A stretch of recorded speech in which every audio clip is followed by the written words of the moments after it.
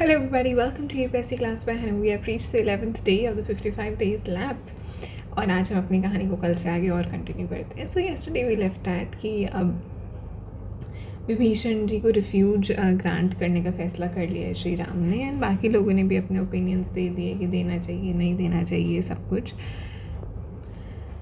Now Ramji says that I will grant refuge to Vibhishan, चाहे उसमें malice ही क्यों ना हो, क्योंकि वो मेरी शरण मांगने आया है और मैं इसलिए उसको अपनी शरण में लूँगा ही. और मैं अपने तीर से किसी भी राक्षस, किसी भी दानव का वध कर सकता हूँ, तो हमें डरने की कोई ज़रूरत नहीं है. और वो एक इसमें कमेंट्री ये भी आती है कि कोई बस ये श्री राम से कह दे कि मैं आपका हूँ, तो बस वो आपको अपनी शरण में ले लेते हैं और आपके सारे कष्टों को, परेशानियों को हर लेते हैं.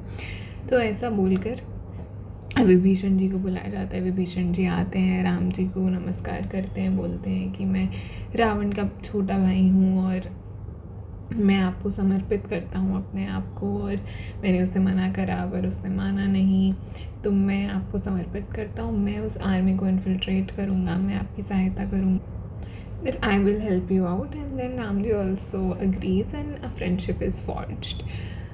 अब इसके आगे अब वो लोग ये सोचते हैं कि अब इतने बड़े समुद्र को कैसे क्रॉस करा जाएगा, क्योंकि समुद्र तो बहुत गहरा है. और तो सुग्रीव जी और हनुमान जी विभीषण जी से पूछते हैं कि तुम बताओ, तुम्हें तो सब पता है लंका के बारे में, तो तुम बताओ कि अब यहाँ से उस पार कैसे जाया जाएगा, इतने गहरे और एकदम दहाड़ते हुए ओशन को हम कैसे क्रॉस करेगी हमारी पूरी सेना.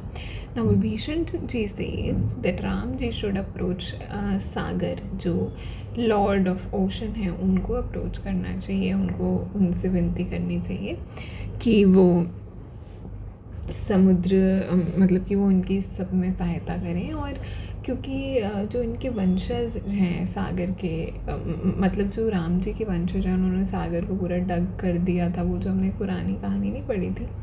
तो बेसिकली राम जी और सागर जी का एक है पुराना लिंक, तो उस हिसाब से ही should be helping Ram ji, ऐसा वो बोल देते हैं. अब लक्ष्मण जी, और इस सब से पहले जब ये लोग बात करते हैं राम जी और लक्ष्मण जी, तो बोलते हैं कि सागर को सुखाई देते हैं फिर, या फिर उनसे विनती कर लेते हैं. ऐसे अलग अलग ऑप्शंस हैं. तो अब श्री राम ये बोलते हैं कि ठीक है, अब वो ज़मीन पे बैठ जाते हैं, घास पर बैठते हैं, प्रार्थना शुरू करते हैं. बिल्कुल जैसे अग्नि देवता की प्रार्थना नहीं करते, वैसे ही वो सागर देवता की प्रार्थना कर रहे हैं. वो उनको like he is praying to him. 3 रातें गुजर जाती हैं और वो उनकी बस आराधना करे जा रहे हैं कि अब आएंगे, अब आएंगे, अब आएंगे, अब आएंगे, पर कुछ नहीं हो रहा है. He is not appearing. And अब 3 दिन बाद श्री राम का पेशेंस जो है वो अब गुस्से में बदलने लगा है. वो बोल रहे हैं कि ये सागर अपनी ये सब चीज़ों, मतलब he is thinking that we are weak, जो हम उसकी प्रे करे जा रहे हैं, और वो इतना एरोगेंट है कि वो आ ही नहीं रहा है. और हम मतलब उन्हें ऐसा लग रहा है कि हम उनसे जीत नहीं सकते, इसलिए वो हमारे साथ इस तरह व्यवहार कर रहे हैं. मतलब that's the whole story that's developing. तो वो उनको ऐसा बोल देते हैं. अब श्री राम नाउ डिसाइड्स कि मैं एक तीर अपने, मतलब उन्हें इतना गुस्सा आ गया, उनकी आंखें भी लाल हो रही हैं, कि वो एक तीर उठाते हैं, अपने बाण से उसे वो छोड़ देते हैं आसमान की तरफ, कि अब वो सीधा आकर ओशन में गिरेगा. एंड ओशन में जैसे ही वो तीर आता है, पूरा एकदम ओशन चंगाड़ उड़ता है, बड़ी बड़ी उसमें लहरें आने लगती हैं, जैसे किसी ने छेद कर दिया हो समुद्र में. एंड नाउ सागर इमर्जेस, जो लॉर्ड हैं उनके, एंड ही इज़ सेइंग कि मुझे क्षमा कीजिए प्रभु कि मैं नहीं आया और सब कुछ. एंड देन ही सेज कि मैं आपकी मदद करना चाहता हूँ, लेकिन मेरा तो नेचर ही है कि बहना, तो ये इस नेचर को तो मैं नहीं बदल सकता, ये मेरे कंट्रोल में ही नहीं है. मेरी प्रवृत्ति ही ऐसी है कि मुझे बहना ही है. लेकिन मैं ये ज़रूर कर सकता हूँ कि अगर आप मेरे ऊपर कोई ब्रिज बनाएंगे, तो उस ब्रिज को मैं तोड़ूँगा, मतलब को मैं सह लूँगा. Like I will be able to build a bridge, और उसको मैं I will be able to sustain a bridge, इतना मैं आपके लिए कर सकता हूँ. फिर वो बोलते हैं कि आप नाला से विनती करिए कि वो आपकी मदद करें, क्योंकि उन्हें भी ब्रह्मा जी का एक वरदान प्राप्त है, वो मेरी इक्विवेलेंट ही हैं, सब कुछ ना। ये सब बोल के सागर जी अपना अंतर ध्यान हो जाते हैं एंड जैसे वो जाते हैं पीछे से लहरें छोड़ जाते हैं। अब नाला जी आते हैं, वो बोलते हैं कि हाँ मैं हूँ तो उनके इक्विवेलेंट ही, और वो बोलते हैं कि अब पत्थर और ये सब चीज़ें से ब्रिज बनाना शुरू करते हैं और मैं उस ब्रिज को जो सागर है वो उस ब्रिज को सह लेंगे।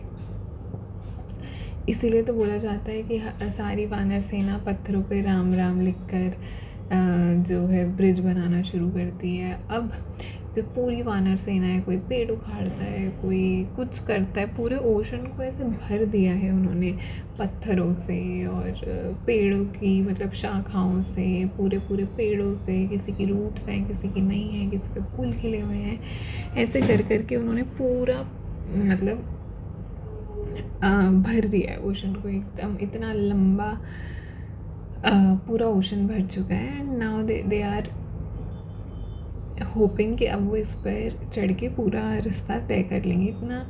इतने योजन्स चौड़ा वो ओशन है। योजन मतलब जो यूनिट ऑफ मेजरमेंट होता है 10 इतने ज़्यादा योजन चौड़ा वो ओशन में ब्रिज बन चुका है जिसको अब वो क्रॉस करेंगे। इसमें एक छोटी स्टोरी ये भी आती है कि एक स्क्विरल थी जो मतलब जितने भी वहाँ पे जीव जंतु थे वो सब जुड़ चुके थे अब ब्रिज बनाने में। तो स्क्विरल भी आती है छोटी सी अपना कंट्रीब्यूशन लेके कि चलो चलो मैं भी इसमें कुछ ऐड कर देती हूँ। एंड जो वानर सेना है वो उसका मजाक उड़ाते हैं कि तुम करोगी ऐड, तुम करोगी कुछ।